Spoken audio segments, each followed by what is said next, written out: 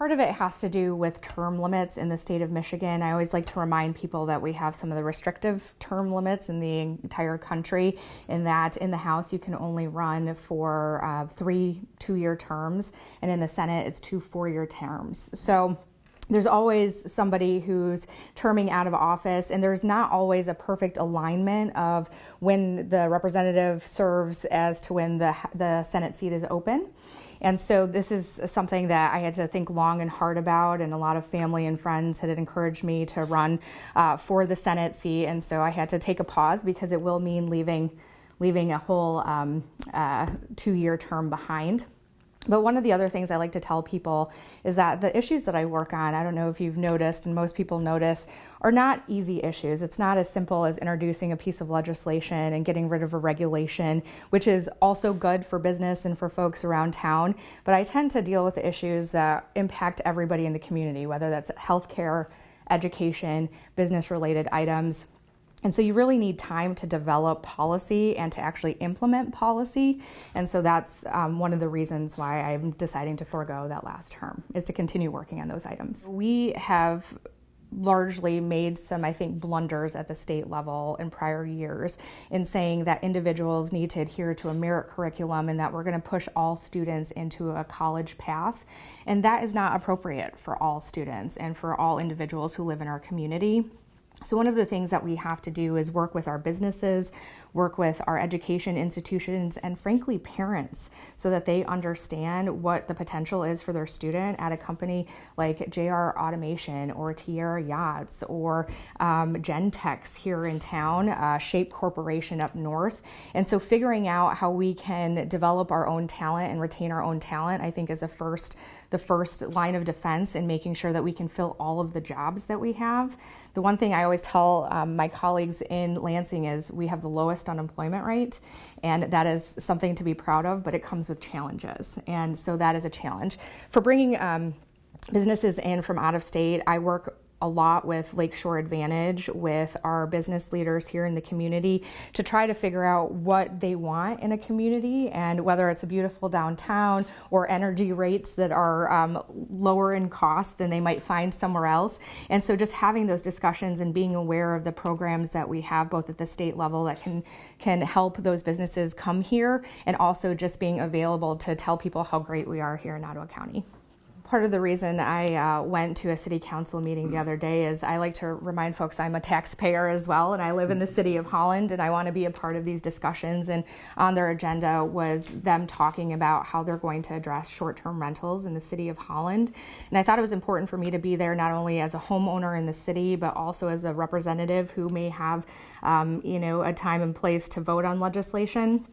I fundamentally want our local municipalities to be able to put regulations forward that make sense for our own communities and their own communities.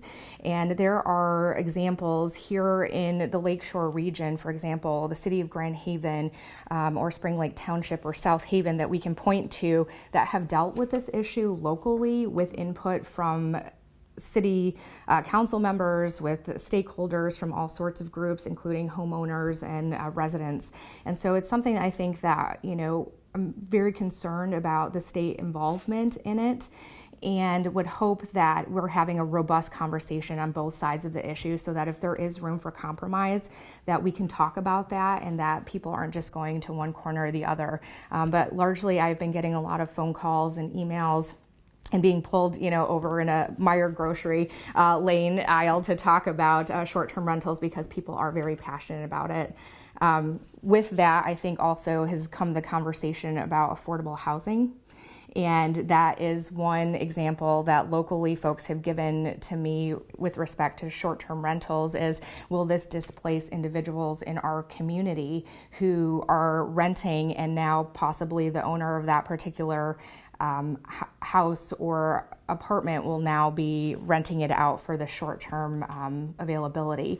So, that's a separate conversation I think that we can talk about, but it does tie in together. And I know some conversations I've had with city council members, that is a concern of theirs. I have been working on this particular issue for over 7 years. And if you're doing the math, I've only been in the legislature for 3. So I've worked on it before that. But it's complicated both from the healthcare perspective and the insurance side. The proposal, I've seen a lot of proposals, and this proposal has me very concerned for a few different reasons. First, I often wonder if when a mayor from a large city from the other side of the state is putting forth a proposal, how that's going to impact us here in West Michigan and what that means for ratepayers in West Michigan, or if it's going to benefit Southeast Michigan. That's my first concern. Second, I would say is that it is complicated when you're providing options in terms of choice of coverage for individuals. The devil is always in the details. So we are reading now in the paper that you can save 20 to 50% of your premium. That is not true. One of the things that I stand by is I try to be truthful, and I will tell it like it is, even if you don't agree with me, because it's important to get the facts out. That will only apply if an individual chooses a lower level of coverage, the lowest level of coverage, as a matter of fact, at $250,000. That does not apply necessarily if you're at the $500,000 level or if you want to keep your unlimited benefit. And so I just got a new quote for my auto insurance, and I just got a new policy. My PIP, which is what the discount would be on, my PIP is only $180. From my vantage point, that seems like a pretty good deal for the level of care that I would get if I were in a catastrophic claim or a catastrophic incident. And so people need to ask questions to see what their savings would actually be. I've heard that people are using the term seniors are going to save $1,000. Well, all those facts and figures are based on Detroit claims. They're not based on Ottawa County claims or Allegan or Kent County. So that's concerning. Another point that I would like to see some clarification on is Medicare. I think a lot of people, there's an option where Medicare would be your primary coverage, don't know that Medicare does not cover long-term care. It does not cover attendant care. In order to get that care, you actually have to spend all of your assets to qualify for Medicaid, which leads to my last concern is this will actually increase the cost of Medicaid because people now have lower coverage. And if you have an accident and you chose $250,000, but your accident overall total is going to cost you $500,000, you're likely going into the Medicaid system. So one of the things that I have done, especially this year, is the first couple of years that I was elected, I was very intentional about going to businesses. Every Friday I would go to a business and ask them, what's going on here? What are the challenges that you're seeing? What are the opportunities? And what are the things that are going well for you? And over the course of the 3 years that I've been in office, it's now changed to talent and housing issues.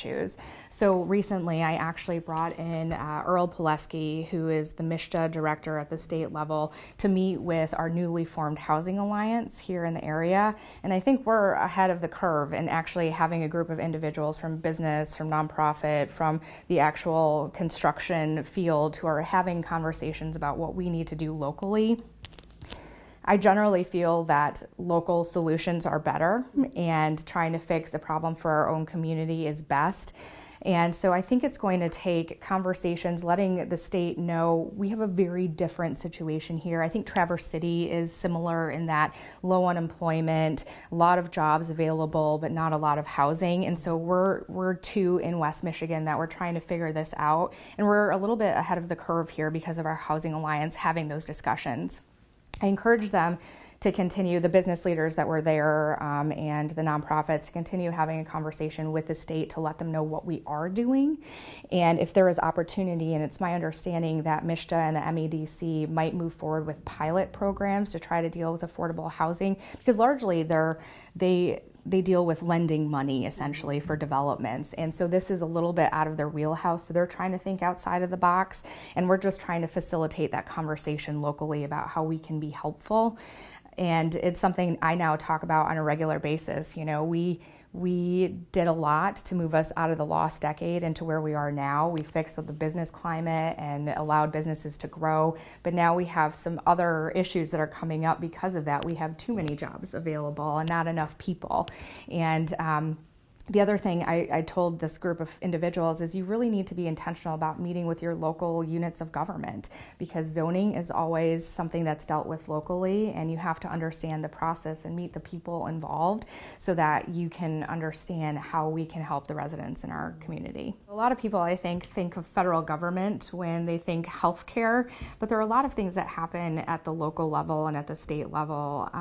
Looking at, transparency of drug pricing, I know, is something that a lot of our health systems are interested in. Seniors, again, who are living on a fixed income, or somebody who's just starting a family and maybe, are living on a fixed income as well. We need to look at what that looks like. We need to recognize that now people expect their care differently. It's not going to the hospital and staying in the hospital. It's going and living at home, and it's trying to have facilities that are consolidating services so you're not paying multiple leases, but still maintaining that community presence for healthcare. One of the other things we always hear about, especially when premiums are resetting for the year for businesses, is, oh my gosh, the cost of my healthcare went up 8% or 10%. And what we can do as a legislature is really look at, when we're talking about covering benefits, which are important and people are impacted every single day. So I don't want to, push that aside, but the more benefits you mandatorily cover, the cost increases. So we need to make sure that the justification and the metrics that we're using for doing those things are actually going to impact the consumer and the business owner in an appropriate way. And so those are some of the ways that we can manage healthcare costs and conversations that we're having in Lansing.